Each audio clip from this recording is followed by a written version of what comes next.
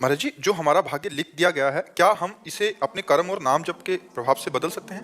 कर्म से तो नहीं बदल सकते, क्योंकि कर्म नया क्रियमाण होगा तो तुम्हारे न संचित को भस्म कर सकता है न प्रारब्ध को मिटा सकता है। हाँ, नाम जप में इतनी सामर्थ्य है कि वो तुम्हारे क्रियमाण को निष्फल कर देगा, प्रारब्ध को निष्प्रभावित कर देगा और संचित को भस्म कर देगा। नहीं तो दो ही प्रकार के कर्म होते हैं, शुभ कर्म और अशुभ कर्म। शुभ कर्म का फल सुख मिलता है, अशुभ कर्म का फल दुख मिलता है, लेकिन दोनों बंधन कारक हैं। जैसे अशुभ कर्म जो दुख देने वाला है वो लोहे की जंजीर समझ लो, शुभ कर्म जो सुख देने वाला है वो सोने की जंजीर समझ लो, लेकिन जीव बंधा दोनों में। मुक्त कर सकता है भगवान का नाम, भगवान की सेवा, भगवान की लीला कथा और सबको भगवत भाव मानकर परोपकार करना। इसके द्वारा हम अपना भाग्य बदल सकते हैं, इसके द्वारा हम भगवत प्राप्ति कर सकते हैं। अपने द्वारा ऐसे पाप कर्म होते रहते हैं जिनका फल अपने को दुख भोगना ही पड़ता है। कोई दुख नहीं चाहता है, सब कोई सुख चाहता है, तो दुख क्यों मिलता है? क्योंकि सुख के लिए वो समझ नहीं पाता, वो पाप कर्म।